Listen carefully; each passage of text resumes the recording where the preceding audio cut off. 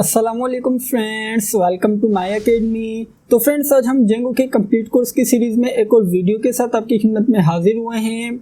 आज की वीडियो में हम जेंगो के अंदर लॉग आउट की फंक्शनैलिटी देखने वाले हैं। हमने अपनी प्रीवियस 2 वीडियोस के अंदर जेंगो के ऑथेंटिकेशन सिस्टम के अंदर सबसे पहले तो साइन अप देखा था कि हम किस तरीके से यूज़र को साइन अप की मदद से एक यूज़र क्रिएट कर सकते हैं। उसके बाद हमने देखा था कि जो हमने यूज़र एक क्रिएट किया है उसे किस तरीके से अपने सिस्टम के अंदर लॉगिन करवा सकते हैं।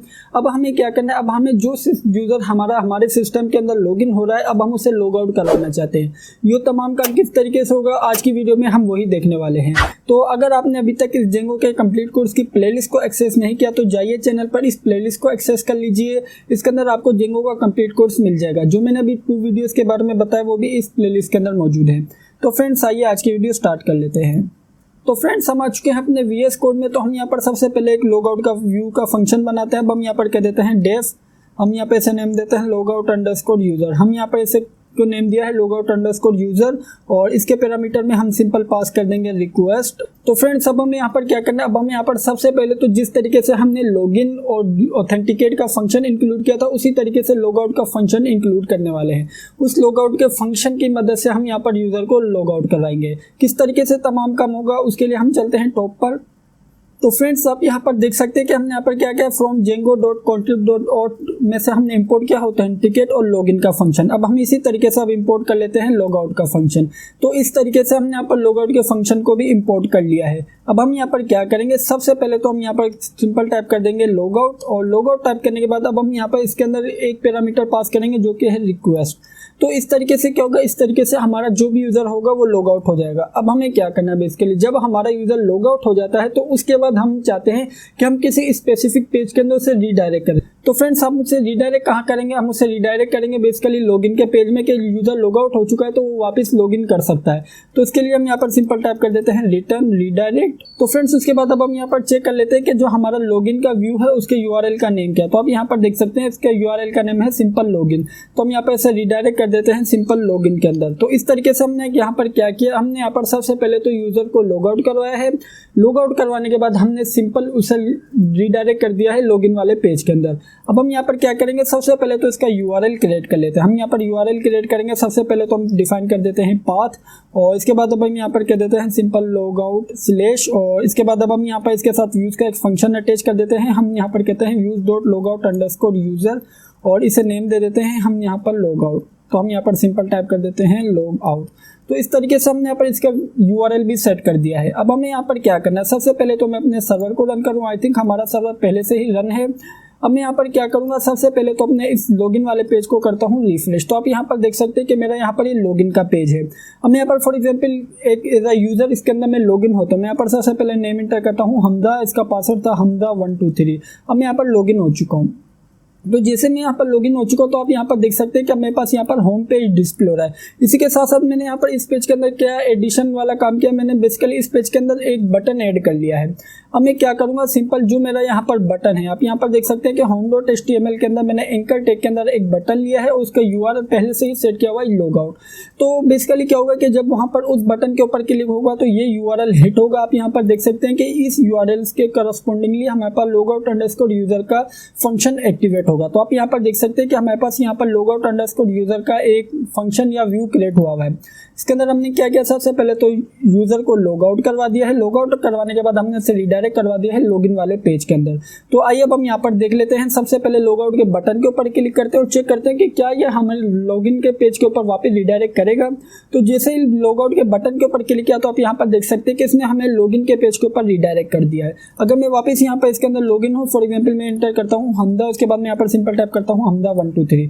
तो जैसे मैं यहाँ पर लॉगिन हुआ तो आप यहाँ पर देख सकते हैं कि इसने वापस मुझे होम पेज के अंदर रीडायरेक्ट कर दिया है। अब मुझे यहाँ पर क्या करना है, अब मुझे यहाँ पर सबसे पहले लॉग आउट करना है। तो फ्रेंड्स, हमारा जो सिस्टम है इसके अंदर एक छोटा सा बग है। बग क्या है, फॉर एग्जांपल आप यहाँ पर देख सकते हैं कि हम यहाँ पर स्लैश लॉगिन के पेज के ऊपर रीडायरेक्ट है। अभी हमने यहाँ पर लॉग आउट किया हुआ है। हमें मालूम है कि जब लॉग आउट होगा तो यूजर होम पेज के अंदर इंटर नहीं होगा, लेकिन मैं जैसे ही स्लैश होम टाइप करता हूँ तो आप यहाँ पर देख सकते हैं कि हमें होम पेज के ऊपर रीडायरेक्ट कर रहा है।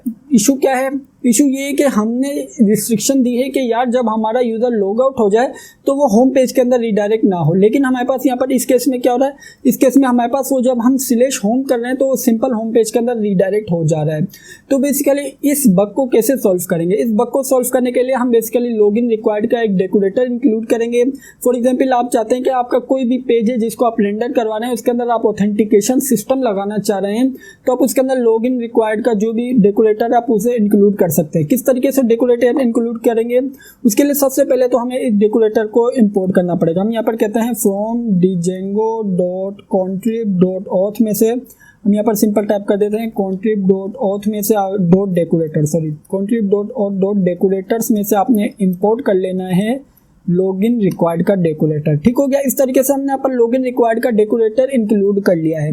अब मैं चाहता हूं कि यार जो मेरा यूजर है अगर वो लॉगिन हो तो उस केस के अंदर भी वो मेरे होम पेज के अंदर जा सके। आप यहाँ पर देख सकते हैं कि मेरे पास यहाँ पर होम का जो भी हमारा व्यू था उसका फंक्शन इंक्लूड है। अब मैं क्या करूंगा, इसके ऊपर लॉगिन रिक्वायर्ड का डेकोरेटर इंक्लूड करूंगा। मैं यहाँ पर सिंपल टाइप कर देता हूँ login_required और बेसिकली मैंने यहाँ पर लॉगिन रिक्वायर्ड का डेकोरेटर यूज कर लिया है। तो फ्रेंड्स इसके अंदर हम बेसिकली login_url भी सेट कर सकते हैं। फॉर एग्जाम्पल हमारे पास क्या हो रहा है, हमारे पास यहाँ पर अगर यूजर फॉर एग्जाम्पल उसको मालूम हो जाता है कि स्लैश होम के ऊपर ये पेज डिस्प्ले हो रहा है, लेकिन हम चाहते हैं कि उसके ऊपर रिस्ट्रिक्शन हो कि यार जब हमारा यूजर जब तक ऑथेंटिकेट ना हो जब तक वो होम पेज पर ना जाए, जिससे वो स्लैश होम के यूआरएल को टारगेट करेगा तो हम उसे डायरेक्ट साइन अप पेज जो हमारा है या लॉगिन पेज है, सॉरी लॉगिन पेज के अंदर हम उसे रिडायरेक्ट कर देते हैं। हम यहाँ पर कह देते हैं login_url और हमारे पास हमारे इस login_url का नेम क्या है, हमारे पास यहाँ पर इसका नेम है लॉगिन। तो हम यहाँ पर सिंपल उसे लॉगिन के अंदर ही रिडायरेक्ट कर देंगे।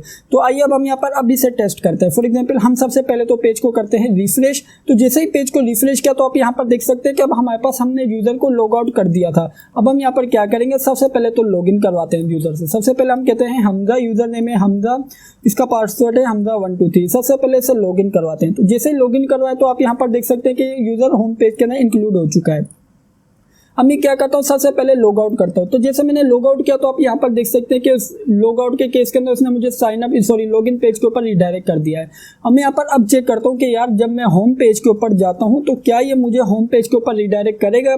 अभी मैं आपको मालूम है कि लॉगिन नहीं हूँ, तो जैसे मैंने यहाँ पर होम टाइप किया था तो इसने मुझे यहाँ पर लॉगिन पेज के ऊपर ही वापस रिडायरेक्ट कर दिया। बेसिकली इस तरीके से अगर आप किसी पेज के ऊपर रिस्ट्रिक्शन या कोई ऑथेंटिकेशन सिस्टम अप्लाई करना चाहते हैं तो आप बेसिकली लॉगिन रिक्वायर्ड डेकोरेटर का यूज करके आप उस पेज के ऊपर रिस्ट्रिक्शन लगा सकते हैं कि यार अगर यूजर लॉगिन हो तो आप उसी केस के अंदर उसके अंदर इंटर हो सकते हैं, अदरवाइज इंटर नहीं हो सकते। तो फ्रेंड्स ये था जेंगो के अंदर लॉग आउट की फंक्शनैलिटी। मैं उम्मीद करता हूं कि आपको आज की वीडियो अच्छी लगी होगी और समझ आई होगी। अगर वीडियो अच्छी लगी तो वीडियो को लाइक लाजमी कीजिएगा और अगर आपने अभी तक चैनल को सब्सक्राइब नहीं किया हुआ तो सबसे पहले चैनल को सब्सक्राइब कर लीजिए और बेल के आइकन पर लाजमी क्लिक कीजिएगा। Thank you for watching this video friends, bye bye.